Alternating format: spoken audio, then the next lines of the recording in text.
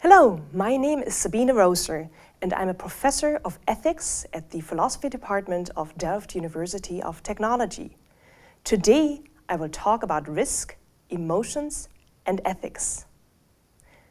Responsible innovation is especially challenging in the context of risky technologies such as nanotechnology, synthetic biology, and information technologies. These technologies often give rise to heated emotional public debates. While experts emphasize scientific studies that point out supposedly low risks, the public is often concerned about the impact of such technologies on society. The experts emphasize that the worries of the public are due to a lack of understanding. Policymakers usually respond to this in one of two ways. They ignore the emotions of the public, or they take them as a reason to prohibit or restrict a technology.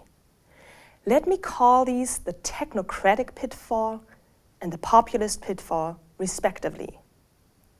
In both pitfalls, there's no genuine debate about emotions, public concerns, and moral values.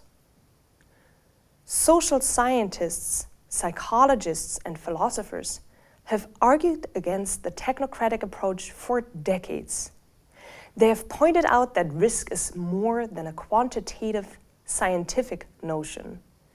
Risk is more than the probability of an unwanted effect that we could assess with cost-benefit analysis, as conventional technocratic approaches take it to be.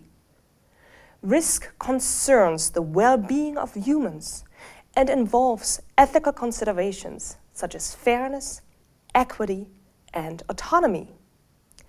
There's a strong consensus amongst risk scholars that ethical considerations should be included in a risk assessment. Interestingly, as we know from the influential work of the psychologist Paul Slovic, these considerations do figure in the risk perceptions of laypeople. Apparently, the pre-theoretical connotations that people have with risk include ethical considerations that get excluded from the quantitatively oriented approach to risk used by experts. Several risk scholars have argued that laypeople have a different but equally legitimate rationality than experts. However, it has become more and more clear that laypeople's risk perceptions are largely influenced by their emotions. Social scientists are struggling with how to deal with this, as they take emotions to be irrational, which seems to undermine the idea that laypeople might employ an alternative, legitimate rationality concerning risks. However, emotions are not necessarily a threat to rationality. The neuropsychologist Antonio Damasio has famously shown that without emotions, we cannot be practically rational. Indeed, the dominant approach in emotion research in philosophy and psychology these days is a so-called cognitive theory of emotions, according to which emotions are a form or source of cognition and knowledge. As I argue in my philosophical research, these ideas can shed completely new light on the role of emotions in debates about risky technologies. Rather than being opposed to rationality and hence inherently misleading, emotions can then be seen as an invaluable source of wisdom when it comes to assessing the moral acceptability of risk. The emotions of the public can provide insight into reasonable moral considerations that should be taken into account in moral decisions about risky technologies and responsible innovation. Emotions such as sympathy, empathy, and compassion can point out unfair distributions of risks and benefits. Indignation and resentment can point to moral digressions, such as involuntary risk impositions. Experts might feel responsible and worried about the technologies they develop. Fear can point to concern about unforeseen negative consequences of technology. Disgust can point to the ambiguous moral status of, for example, clones and human-animal hybrids. Fear and anxiety can indicate that a technology is a threat to our well-being. Sympathy and empathy can contribute to our understanding of a fair distribution of risks and benefits, and indignation might be an indication of violations of autonomy in cases of risks to which we are exposed against our will. It is often thought that emotions are by definition anti-technology and therefore one-sided, but this is not necessarily the case. Enthusiasm for a technology, for example, can suggest benefits for our well-being.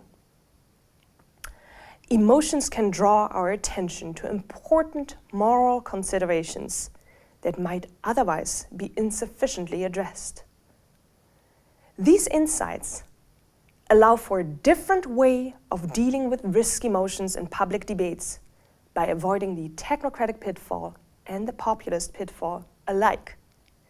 My alternative approach, which I call an emotional deliberation approach to risk, gives the public a genuine voice in which their emotions and concerns actually get heard, listened to, and discussed. It can provide us with ideas on how to communicate about risks in a morally responsible way. Moral emotions can provide for important insights into moral constraints and desirable parameters of responsible innovation. For example, in debates, experts should not only focus on small probabilities of possible risks, but also provide a balanced outlook on positive and negative possible consequences, allowing individuals to make an informed assessment. Involving emotions in deliberation and communication about risks can also contribute to needed changes in behavior. For example, appealing to emotions in campaigns about climate change can increase the currently lacking sense of urgency and at the same time provide for motivation to contribute to environmentally friendly behavior, as emotions are a predominant source of motivation. To wrap up, in the development of risky technologies, emotions and moral concerns have to be taken into account in order to come to a well-grounded ethical assessment and responsible innovation.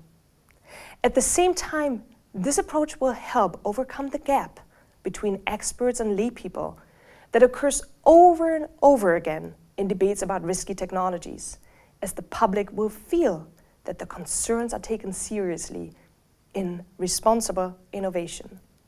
Thank you for listening.